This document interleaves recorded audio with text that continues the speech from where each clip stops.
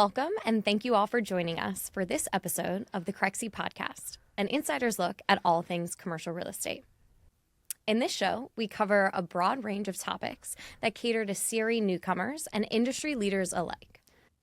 I'm your host, Ashley Kobovich, Director of Partnerships at Crexi, and today, as a part of our GlobeStreet Women of Influence series, we are thrilled to sit down with Aviva Sonenreich. A little bit about our guest. Aviva Sonenreich, the managing broker at Warehouse Hotline, is a seasoned leader in commercial real estate, blending familial experience with modern ingenuity to pioneer fresh approaches. With over 1.1 million social media followers in the commercial real estate niche, her influence is undeniable. Managing 350,000 square feet of Denver's commercial real estate, she has revitalized her company's portfolio, offering an innovative perspective. Aviva aims to empower individuals in the field, eyeing speaking engagements to amplify her message, showcased in her podcast, Commercial Real Estate Secrets, ranked among the top 100 podcasts in the industry. Aviva, welcome to the podcast. Thank you, Ashley and Crexi. I really appreciate y'all having me today. Of course. It's wonderful, and thank you so much for the time. I'm really, really excited to have you here, and I know our guests want to hear your insights. So diving right into our first topic, I know we just covered your background, but I'd love to learn more about your career path and some lessons learned along the way. So tell us more about where you're from, how you first got started in commercial real estate. Yeah, I am from Denver, Colorado, and I got started in commercial real estate because I grew up in a real estate family, which I understand is a very common story in commercial real estate. It's changing, but that is my story. And growing up, I noticed that my mom she was a dentist, and she worked 8 to 5, and she didn't really have any freedom with her schedule. And my dad had freedom, and he worked in commercial real estate, and he could pick me up from school and come to field trips. And I realized at a young age that I wanted that type of freedom in my life, working with my brain instead of my back. So I had a music career coming out of college, which was fun. It taught me how to market. And when I realized I wasn't very good at it, I jumped into commercial real estate, and I have never looked back. I love that. I absolutely love that. You said a couple of things that stood out. So one, being from a commercial real estate family, and you said that that's changing. So I'd love to hear your thoughts on that, because that is very historically something that has shaped the industry, right? If you were in the commercial real estate family, it's kind of got passed down. It's really, small little club, but now a lot of people are getting into that. What are your thoughts on the broadening of the commercial real estate sector? How do you think that more and more people are allowed to be, kind of in the know, if that makes sense? Yeah, I mean, it's about time. The commercial real estate was an industry where fathers passed on the keys and the info to their sons, and they passed it on to their sons, and now they're passing it on to their sons and daughters. But the internet has completely opened up the floodgates to information on this industry that was historically gate-kept and intentionally gate-kept, right? There was a reason why the fathers were sharing this info with their sons, because it can be a really lucrative and industry with a lot of freedom. And so I'm really passionate about what we're doing right now, hopping online and talking about the secrets of commercial real estate. That's my podcast, because leveling the playing field is what we should do, because we'll get the best business out of it. And so people have only been talking about commercial real estate online for like the past 5 or 10 years. So we're just getting started, but I'm excited to see what comes out of it.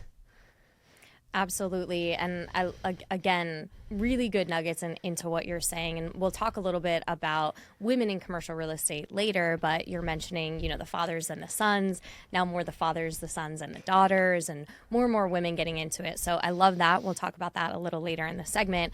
Another thing is the freedom, right? The freedom of commercial real estate. So we'll talk all about that as well and the reasons why you wanted to kind of come into here. But just coming into some of your mentors, talk a little bit about that and how they shaped your early career path or maybe later in your career. Yeah, I have a funny situation. I have two mentors. One is my father, and then one is Gary Vaynerchuk. And my father was my mentor. Yeah. Dad was my mentor in the trenches, right? He didn't help me much in terms of getting deals. I had to figure that out myself. But once I got a deal, he taught me how to run it. Nice. And he really taught me, he introduced me to the industry and taught me the players and the terminology. So I owe him all of that. Then Gary was and is my digital mentor. Watching his content, I got a college degree in marketing times 10 for free. And so it's a crazy world where you can get a mentor who might not even know you exist. And I have to thank Gary and my father for that.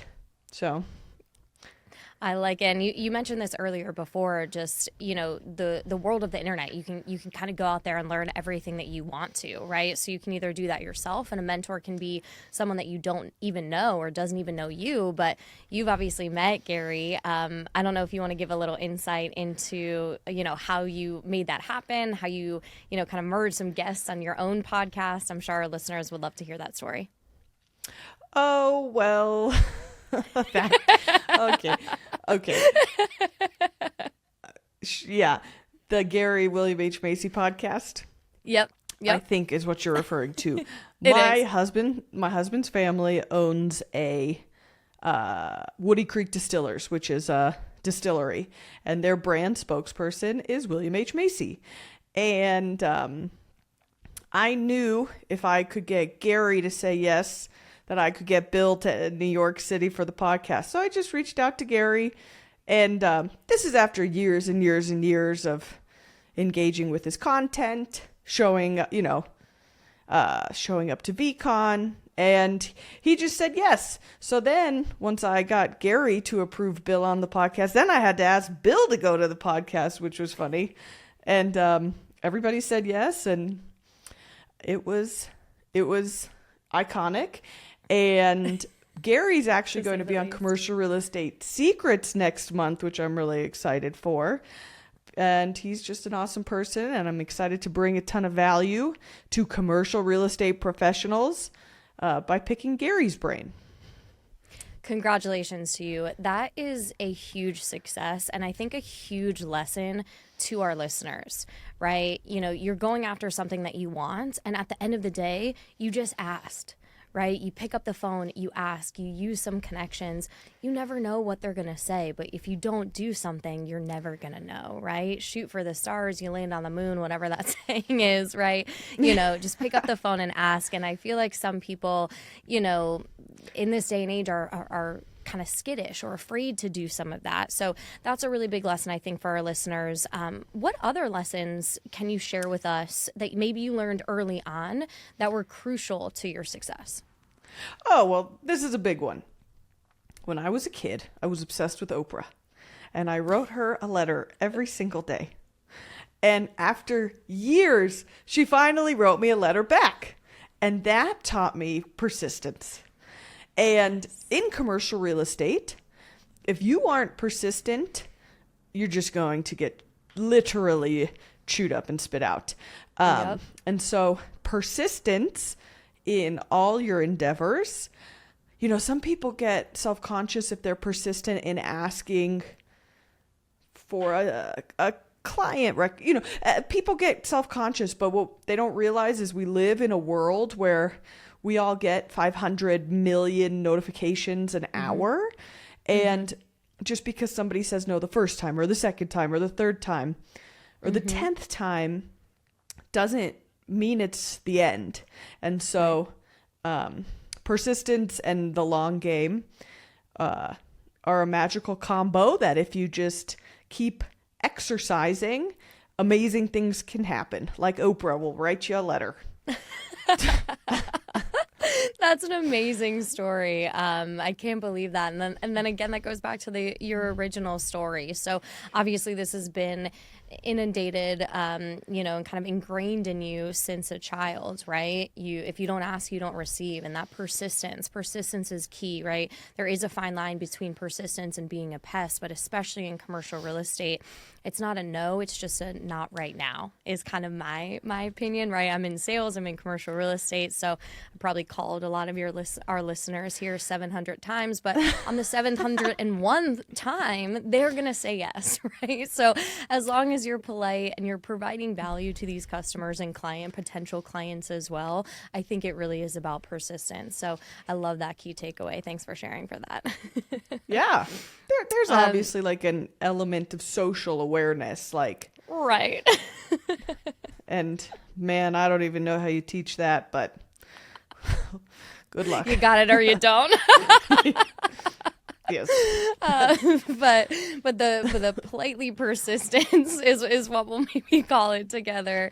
I think is second to none. So thanks for sharing. Do you have any favorite mistakes or moments that, while you didn't recognize them at the time, turned out to be really big, important lessons, or maybe something that you had to course correct, but just something really impactful to you? Yeah. Couple. First off, never go with the wrong lender. A bad lender will just soil your deals. You could lose a lot of money really fast with a bad lender. That's a short mistake. A little bit lengthier of a story. One time, it was like the height of the pandemic, and we had a tenant moving out, and they didn't want us to come into their unit. What I didn't specify when I posted about this on the internet was that we were in a warehouse. We were not in a residential unit. And so I posted kind of this story about how this tenant didn't want us to go into this unit, and that's not how leases work. And it went super viral, and the internet ate me alive. It came for you. Oh my gosh. I've never been so sad to go so viral. And what I learned was that the devil's in the details. Kind of forgot to mention it was a warehouse and not like an apartment.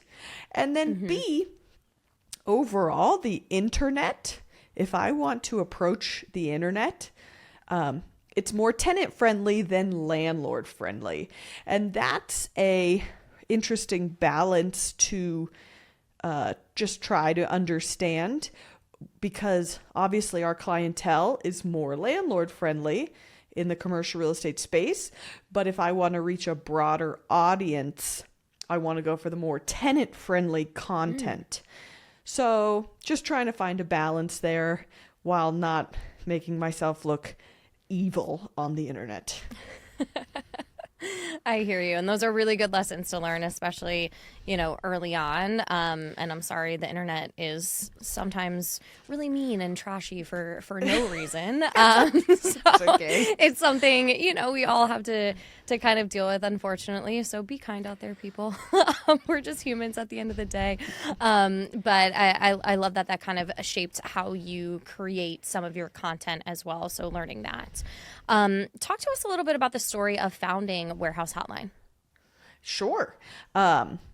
I noticed in commercial real estate, all of the brokerages were last names and color schemes. This also came from the pandemic. I was in the grocery store and I was calling my mom, and my mom was like, I need 409. And I was like, they're out of 409. They have the name brand, and she was like, no, I need 409. And I was like, okay. And that's when I realized the value of branding. And so understanding that people buy for brand in conjunction with the fact that commercial real estate virtually has 0.0 branding, I decided that I wanted to make a brokerage that told the audience, if they were finding us online or anywhere, exactly what we do without having to research it. So the Warehouse Hotline was born. We are a warehouse exclusive brokerage here in Denver, and it works. Who would have thought? Branding works. Branding works. Thanks, Mom. we Yeah, thank you. Perfect. So, yeah. What intentions guided you in starting your company, and how have those intentions helped you over the years? Sure. There's just a lot to be desired when it comes to commercial real estate brokerages and the marketing lane. It's really sad because commercial real estate was really, the foundation of it is relationships. And there's nothing wrong with that. But the foundation of living in 2024 is just, we're all staring at our phones. It's not that relationships don't matter, but the intention was focusing an industry that lives in the past and bringing it into the future. Because as much as we want to halt, right, okay, look, the thought leaders of commercial real estate made all their money and success without the internet. So they keep running the same plays, and they don't want us to integrate new age marketing, the internet, because they don't want to learn it, and they built their businesses without it. I realize that it's just inevitable that the future of commercial real estate, whether or not, no matter how resistant our thought leaders are, time and reality are stronger than them and their pocketbooks, and marketing, internet connections are the future. And that is how the Warehouse Hotline was born. I love it. I mean, you're just trying to change a industry that's historically not changed for, the past 30, 40, 50 years, right? So when you were coming out with all of these new ideas, new marketing plans, things like that, bringing the age of the internet to commercial real estate, what challenges did you face early on, and how did you overcome them? Sure. I mean, I think it would be, with any new company, there's an element of trust and experience. And I was very fortunate in that I could leverage my family and my previous experience. I had like 5 years in the business before I made the Warehouse Hotline, maybe a little more. So, it's kind of a finesse of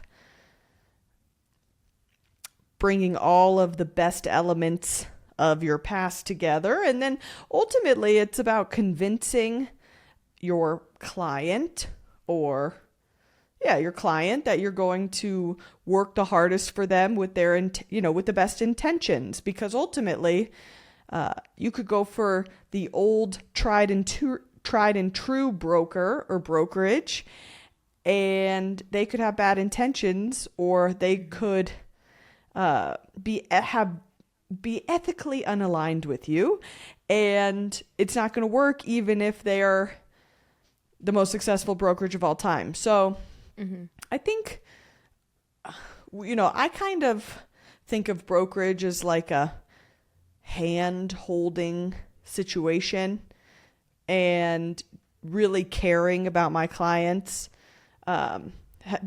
creates repeat business. And I get a lot of business from people who don't hold their clients' hands. And, these are commercial transactions, are the biggest transactions people make in their lives. And they deserve to have their hands held. And, and it doesn't take that much more effort to just fully see these transactions through. Plus, commercial brokers are known to not answer their phone calls, not respond. So just being ethically focused and driven helped create, people can tell, right? They can like smell authenticity, or unless you're a really good salesperson, they can tell if your intentions are not there. For sure. And I think that comes just from a client first approach, right? I think it's crazy. I was reading something the other day, and it was like, if you don't have your cell phone number in your signature in this day and age, what are you doing? Right? Some people don't, right? That phone is, I've talked to multiple people in the industry, that phone is the number one thing that they use, right? To connect, to always just update. Even if it's a bad update, you got to let your landlord know, hey, I don't really have anything for you this week, but this is what I'm going to do, X, Y, and Z.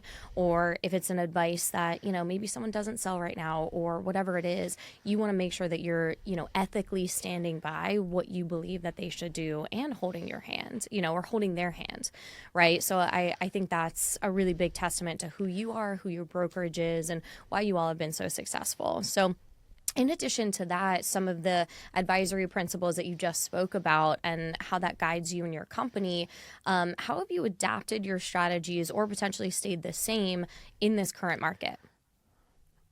Well, it's funny. A lot of brokers are really struggling right now. And I empathize. They're struggling because interest rates, everybody expected that they would go down. They didn't. Sellers have 2022 expectations. Buyers have 2024 realities.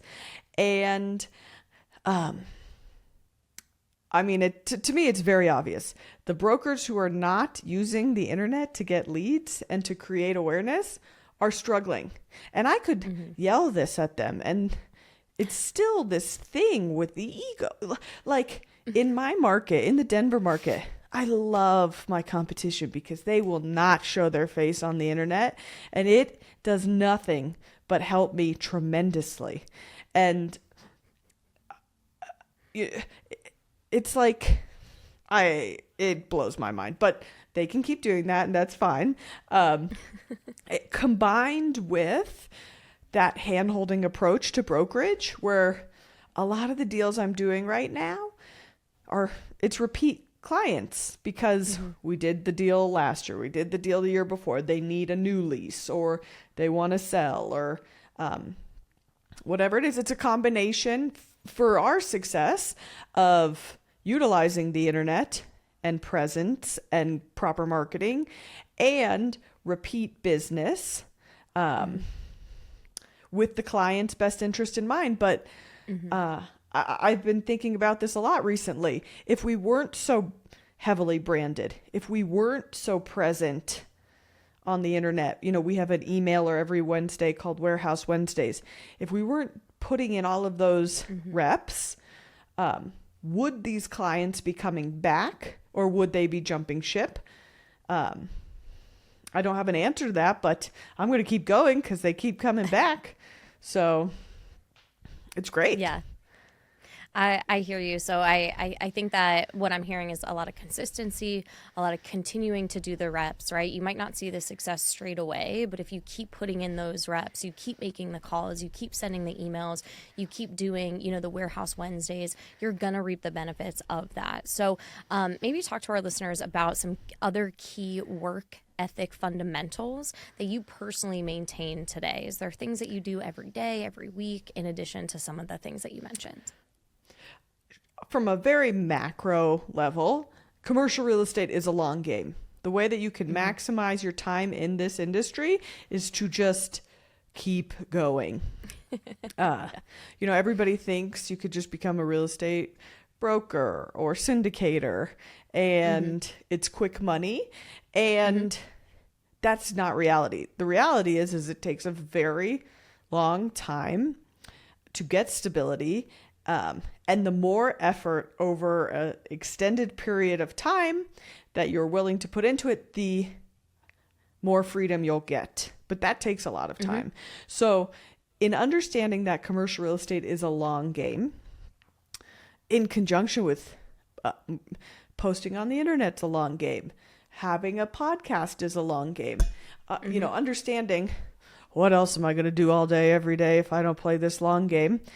From a high level, it's just wake up every day and put your foot forward. Other things I do to stay persistent, I exercise. That's great.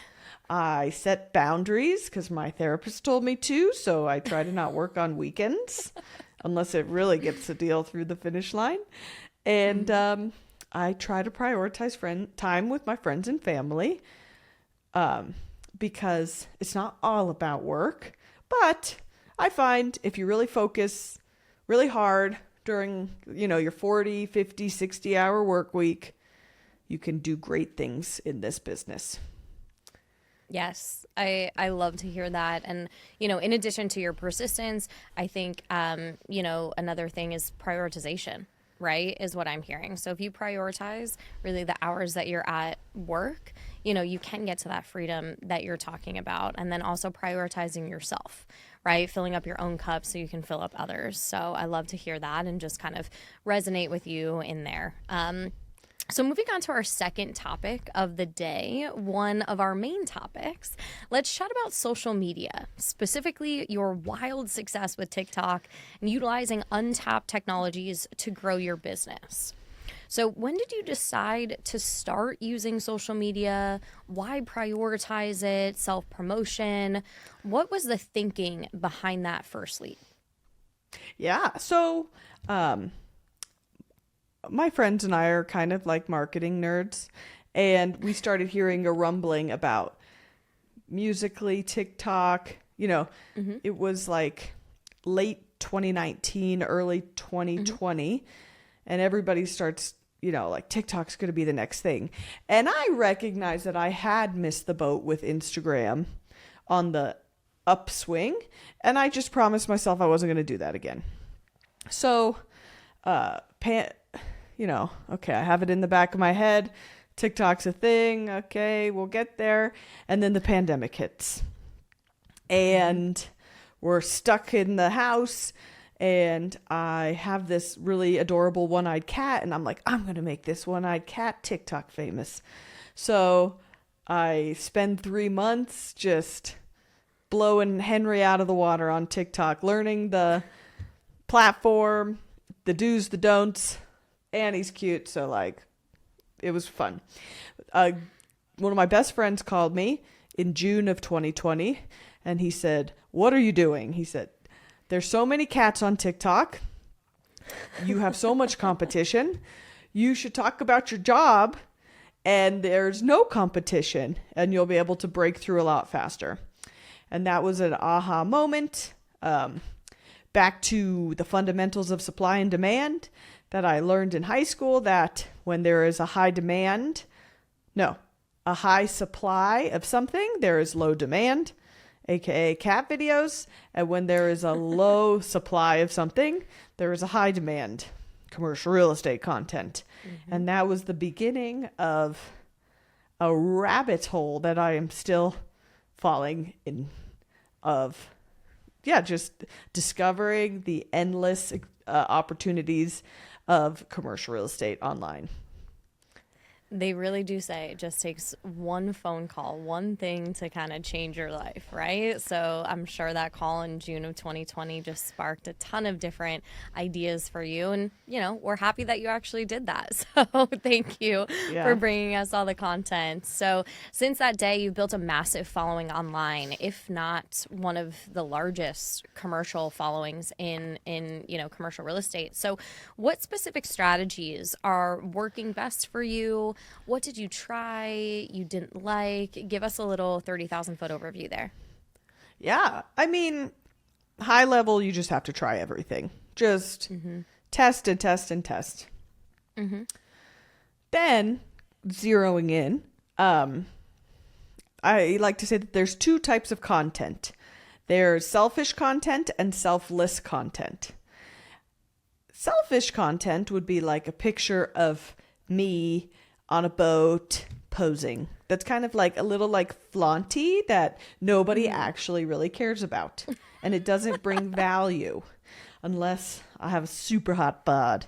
But I gotta work with my brain over here. So that would be called selfish content. Then there's selfless content. Selfless content is content that gives value to the person on the other side of the screen. And psychology would have it that people are far more willing to follow you if you give them value with selfless content. So my strategy from the beginning was provide value to the person on the other side of the screen. There's a billion ways to do it, and I'm still trying to figure out the best ways and the most effective ways and the cross between that, because obviously the commercial real estate industry is very niche in and of itself, but it's really just focusing on the other person rather than yourself. Sure. When deploying content. Yes, I love that. Just the value that you can bring, and obviously that's what keeps people around. What's the most surprising thing that you learned about social media tools that you didn't expect when diving in? What I learned was that I grew up in a family where we talked about real estate at the dinner table. We drove around and stopped at properties. Like, real estate was everything, all day, every day. And what I learned when I jumped on the internet was that was actually an unbelievable privilege that I had. And most people don't get that knowledge. I learned that there are people in the world who didn't know that you could buy a property and rent it and make money. So something I learned on social media was how lucky I was. And that really pushed me to push even further to teach people and show people, because the gifts that I was given in terms of knowledge are not normal, even though it was my reality. And real estate is an unbelievable way for the right people to help themselves and help their family and their generations do what my family did a couple generations ago. And Sure. I think everybody deserves a shot at that. So That's beautiful. So you got a little gratitude out of it, and that probably pushed you to make even more selfless content. So that's amazing to hear. How has your CRE fame impacted your day-to-day life and career? Oh, well, I try to tell my husband that I'm famous. He doesn't think so. He doesn't care. I would say, okay, look, when you post content, the cool thing about it is that it keeps working for you even when you're asleep. So say I've posted 2,000 videos. That means I have 2,000 videos working for me when I'm not working. That creates this sense of familiarity between myself and people I don't know, that even if it strikes a chord with 1%, 2%, 3% of my viewers, because these social media platforms are geolocal, which means they push out content in your immediate vicinity before they start pushing out content within the region and then within the country and then worldwide, people think they know you. And when people think they know you, they're more prone to call you and want to work with you. And so it's like the funniest thing, because it's like you're working overtime without actually having to work because you posted a video. And so that familiarity has really helped within my community to get traction and deals, and within the larger community of the commercial real estate industry locally, which is like now I can go to a listing presentation or whatever, and it's like, I can market the shit out of this property. He can't, because he doesn't know how to market, right? And people actually find value in that now. So it has just been a really effective approach that anybody could do, specifically as a broker, because the bar is pretty low. And Well, that's good. I mean, you heard it here first, team. I mean, Aviva is using technology in her career all of the time, posting social media videos, letting that work overtime for her. So, any young brokers or anyone starting out, your peers even, embrace new technologies and, you'll see success. So kind of last question before we move into our last topic, how can brokers and investors think about branding themselves? So what are some essential building blocks of creating a brand of trust, and how can they build on that? What are your insights there? Oh, yeah. Well, my favorite thing is hitting YouTube University. I go into YouTube and I type in very basic, like my warehouse hotliners, our brand. I went in and I typed in, like colors for branding. And I watched a video for 20 minutes about why people choose blue in branding, why people use red or don't use red, right? Like they say the colors of McDonald's were red and yellow because it gets people to move through in and out faster. But like blue, a lot of banks use blue because it's a trustworthy color. So when it comes to marketing and branding, I just go to YouTube, type in my question, try to find a decent video, and take something from it, and then just also like making fast decisions and not getting analysis paralysis is really effective, because you could analyze anything until you convince yourself out of it. And that is a waste of time. Oh, that was two really, really big nuggets. First and foremost, I mean, everything is on the internet these days, right? Everyone is creating, selfless content or YouTube, videos, et cetera. If you don't know something, go on the internet and learn, right? Pick it and choose it, and then be decisive about picking and choosing it, right? Don't get caught behind, all of the ifs and whats and, all of the options, right? Go with something, be definitive, see how it works. You can always change gears after that. I love it. Yeah, absolutely. Perfect.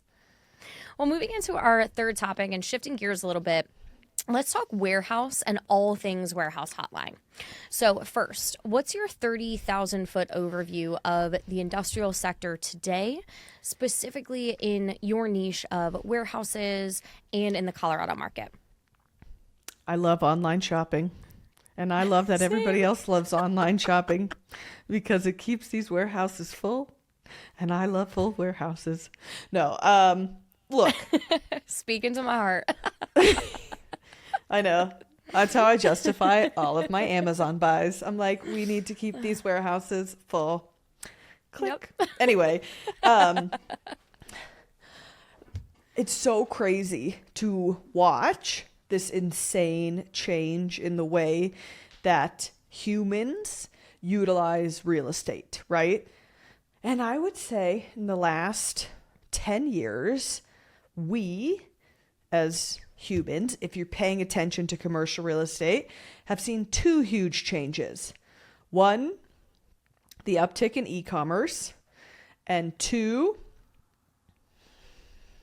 I don't want to say like the downfall of office, but like, when it comes to office space. It's, it's not a good the way party. To put it, oof. Yeah, it's not. I'm just glad I'm not the office hotline. Oh, I'm so sorry. There's a place for office space. I'm just not concerned about it. Anyway, e-commerce and the way that we consume product, everything in our house, our offices, everywhere we go was once in a warehouse. Now, with shopping online, retailers have noticed that instead of paying $35 triple net a foot to sell product, they can pay $8 a foot triple net to sell product, because our websites are our storefront as opposed to the corner of Main and Main. Now, There is still a place for retail. Retail is amazing. You cannot get your nails done online. You can't go out to dinner online. You can't go to a gym. You know, I like to go to Barry's where they yell at you. Can't go to Barry's online. Yeah. So there's still a huge way that we consume retail, but it's not Bed Bath & Beyond, RIP.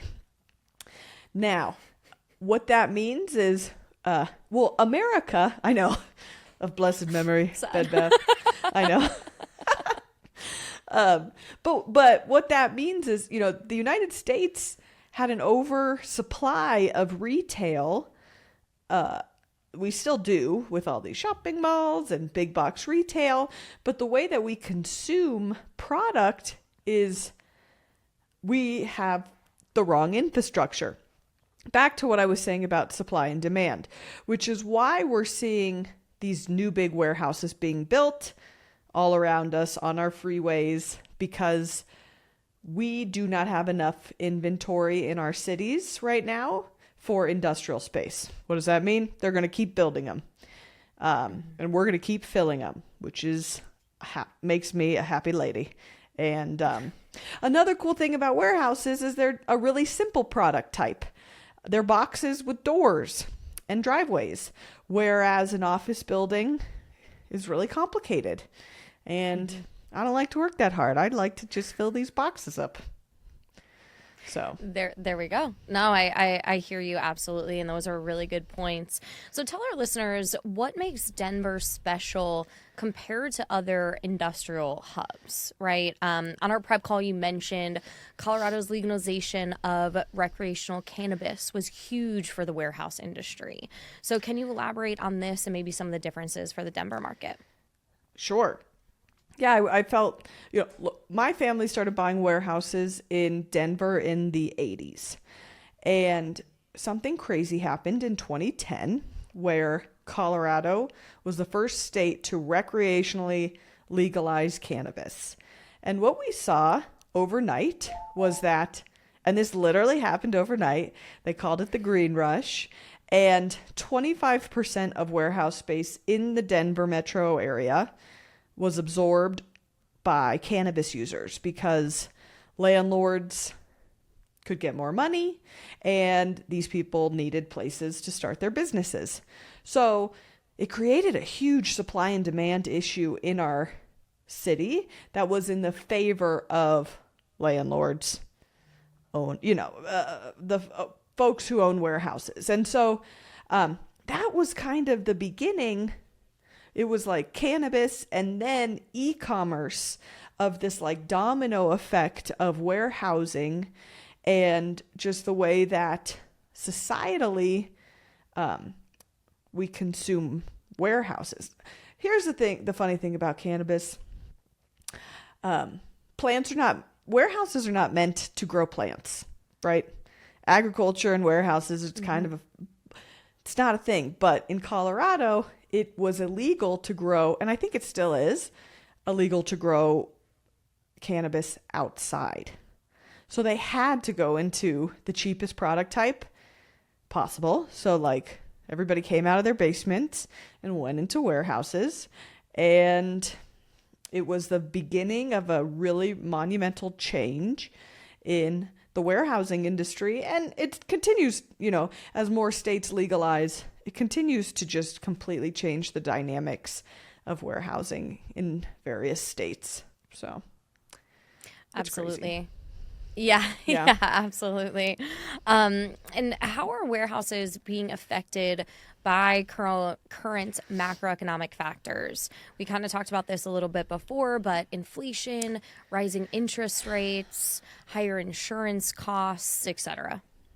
Yeah, I mean, nobody is not infected. Nobody's not affected currently by rising interest rates, inflation, all of that, those fun buzzwords that are hurting our pocketbooks. It just seems like with warehousing, because the cost basis of renting out a warehouse is already cheaper, we see it a little less, right? Like retail, think about like a retail storefront. Retail is going to have higher taxes, higher rental rates, higher insurance needs. So just overall, it's a more expensive product type, whereas warehousing, because of its simplicity, yes, our taxes are going up. Yes, our insurance is haywire. And inflation is just a sad reality of our world that we live in today. It impacts us, but it just seems to be at a smaller scale, thankfully. Okay. So really good things, seeing as, future predictions and things like that, obviously with everything under macroeconomic conditions, you guys are facing that as well. But it seems a really good, favorable, kind of future prediction for you, if you will, for this sector. So let's continue with that. Any other future predictions on the evolution of the sector? So any challenges, developmental challenges, absorption surges, things like that you can potentially predict right now? Yeah. Warehouses are going to get bigger. Ceiling heights are going to get higher. That's exciting. I remember when it was like 10 years ago, I was cold calling, and I cold called this guy, and he's like, I got a 500,000 square foot warehouse. If you can sell it, it's all yours. And I was like, I got off the phone. I called my dad. I was like, this guy's got a 500,000 square foot warehouse. And my dad's like, what are you talking about? He's like, there are 500,000 square foot warehouses in the country right now. Like, sure, you found some dude with an impossible warehouse to sell. And so the point I'm trying to make is that now that's what they're building is 500,000 square foot warehouses. You're seeing all of a sudden the warehouses are going from 500,000 to 800,000 to 1 million square feet is the new normal. And that's because of what they call last mile delivery, where essentially the Amazonification of our shopping, right?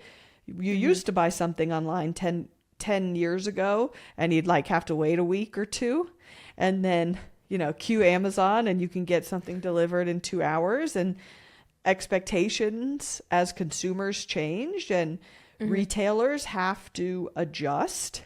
And the way that they can adjust is renting big warehouses in cities with really great access. Like, let me give you an example. Denver, a reason why we have strong warehousing is because it's really easy for trucks to navigate in and out of Denver, north, south, east, and west, via this is like so nerdy, but via the highways. And because we're in the middle of the country, they can access Utah and Wyoming and New Mexico really easily. It's all about infrastructure and access for logistics, to keep a thriving economy and people's driveways full of Amazon boxes. Since sharing market insights plays such a key role in your content, what are some key topics you're focusing on for your audience today, especially amid shifting macroeconomic factors like we discussed? Oh my gosh. Well, sales are down like 110% over the last 2 years. Look, 2022 with interest rates in the 2s and the 3s were an absolute heyday. Something we'll probably never see again. When interest rates go low, it brings more buyers into the market. When there's more buyers into the market, cap rates compress. More buyers, lower cap rates. What a cap rate is our cash on cash return, right? So interest rates went down, buyers went up, returns came down. Then interest rates went up. Buyers leave the marketplace, but then sellers still want to sell at these really high prices with lower cap rates, which is why suddenly we're seeing such an insane decrease in sales volume. So stats that I'm always looking at, obviously just sales price per square foot, rental rates. We also saw rental rates peak out in 2022. They are coming down now. And that is humbling for landlords and brokers alike, but it's okay. And then another big stat that we watch is absorption. So what is being built, right? Essentially, development is very cyclical. Because interest rates were so low, we were in this like development heyday. Well, when the interest rates went back up, developers couldn't finance their developments the way that they could in 2022. Development comes to a halt, absorption comes to a halt. So it's funny because it's like highly technical, but it's all pretty simple, right? Like yeah, if that makes sense. I try to simplify things. Right. And it generally just has to do with the dollar amount. Stupid. Yeah, exactly. So I appreciate that. So what investment principles remain tried and true during uncertain times, and how should listeners adapt? Yeah, rule number 1, don't do a dumb deal, right? Just because, look, we see a lot of deals in the Denver area where the cap rate is maybe 2 times the market cap rate, and then you look at it and it's a cannabis situation where the tenant is in at a rate that you'll never be able to find a tenant. Maybe they're paying $20 a foot because that's the amount of money that a landlord required a tenant to pay to have a grow. Well, if that tenant goes out, you're not going to be able to rent it for $20 a foot. You're going to be renting it back at $10 a foot. So don't do dumb deals. Don't chase numbers without really understanding what you're buying. Mm-hmm. Another fundamental is play with the long term in mind. You don't see a ton of commercial real estate flipping. You don't see a ton of commercial real estate wholesaling. There's a reason for that. And the reason is that you can maximize your investment in commercial real estate by doing nothing at all and just exercising patience, taking care of the property and your tenants, and letting time work for you in the long and playing the long game. Mm-hmm. Mm-hmm. Just a lovely reminder that patience is a virtue. So keep with it. Commercial real estate, definitely the long game. And definitely why I don't do a bad deal is, why people need to invest in, using brokers and things like that from an investment side like yourself, because you have the market expertise and you are going to do the hand holding and all of that. So before we get into our last topic, I want to ask, why is now a good time to join the commercial real estate industry, or is it? Oh my gosh, it's the best time to join. I'm amped. I love it. Okay. So here's the secret. Don't tell anybody. The secret is that a majority of the workforce is old. I'm talking, they're on their way out. They don't want to say it because they're in denial and people are living longer, but commercial real estate is dominated by baby boomers. And the reality is baby boomers are retiring and dying. And there's this thing coming called the silver tsunami. I'm getting unhinged because we're getting towards the end of the podcast. So if you're still listening, you get the fun part. But the reality, we're wild. Walling out. So the reality, though, is what's coming is called the silver tsunami, a massive exodus of the people who are running these commercial real estate companies. And what's going to happen in the next 10 years when all of my competition, who are 65-year-old men, retire, is that their clients are going to need to go and find brokers somewhere. And where are they going to find brokers? Online. And who's going to find, who's going to be the first search query for those people? Hopefully me. So, or you, if you're starting in commercial real estate now. So it's just a really opportunistic time, and I'm amped about it because it's such a cool sport. And by sport, I mean industry, because if you work really hard, the harder you work, the more freedom you can actually get. Mm-hmm. And I mean, the reality is you can come from nothing and you can really, really make yourself something in this business. And anybody who tells you otherwise, don't listen to them because they don't know. So it's cool. Yes. A lot of nothing but upside. Yes, don't listen to the haters. You heard it here first. You're amped about commercial real estate. I'm amped. I absolutely love everything that you said. Work hard, play hard mentality, whatever rule number that is. That's so true in CRE. So I love that advice to all of our listeners. Get in now if you haven't been in. If you're in, stay in. The harder workers obviously going to have the more success. So thank you so much for sharing your insights. Given your background and expertise, I'm sure our listeners are curious about your answers to a few rapid fire / words of advice questions. You game? Oh, yeah.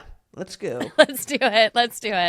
All right. If you were given $50 million today and you had to invest it immediately, what would your go-to asset type and location be, and why? Big warehouses in Denver. Big multi-tenant warehouses in Denver. Love it. There you go. And we heard the why all during this podcast, so I love to hear it. Favorite tool or software you use on the job? And I promise this is not a trick question. Oh my gosh. I mean, Gmail and my phone. I love them. It's just, my mind is blown at the way that we use technology and how it, 10 years ago, 15 years ago, you couldn't send an email or you had to get a real signature. So, yep. A DocuSign. I love DocuSign. For sure. Absolutely. Speeding up that transaction, always be closing, always be on the phone, conversing, talking to people, going the extra mile, doing the hand holding. I love it. And you need those tools to do that. Yeah. What is the most common misconception about your job or industry? That it's easy. That it's just easy money and that you just got to get your license. And then it'll fall in your lap. That's not how that works. You got to make it fall in your lap. Yeah. Yes, absolutely. And then last but not least, any parting words of advice or wisdom for our listeners here today?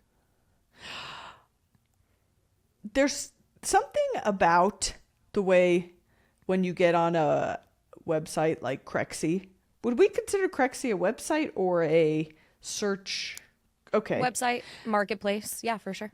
A marketplace or website, whatever. There's something about the time you spend on a website like Crexi where it doesn't seem like you're actually getting anything done, but you're researching and you're learning. And those are the reps that you actually have to take to gain the strength to do the deals, because you cannot be a jack of all trades in this industry. And, all I transact are warehouses in Denver. You have to treat these buildings like people where their ins and outs, about them, who owns them, who sold them, how much, what are they renting for.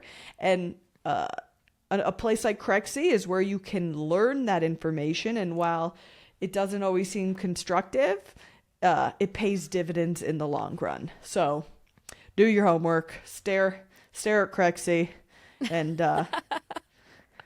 learn the functions, because the opportunities are endless, and we're just starting to figure out what the internet can provide to us in terms of commercial real estate and success. Absolutely.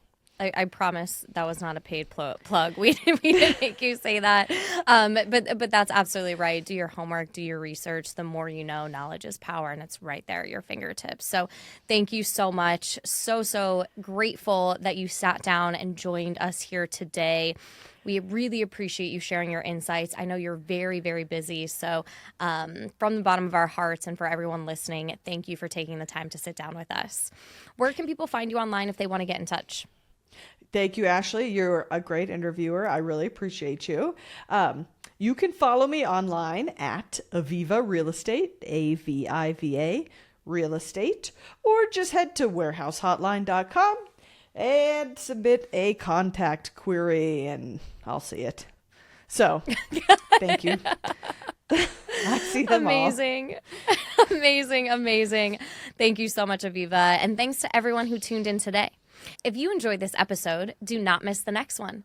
Visit Crexi.com/podcast and sign up to get the next episode delivered straight to your inbox.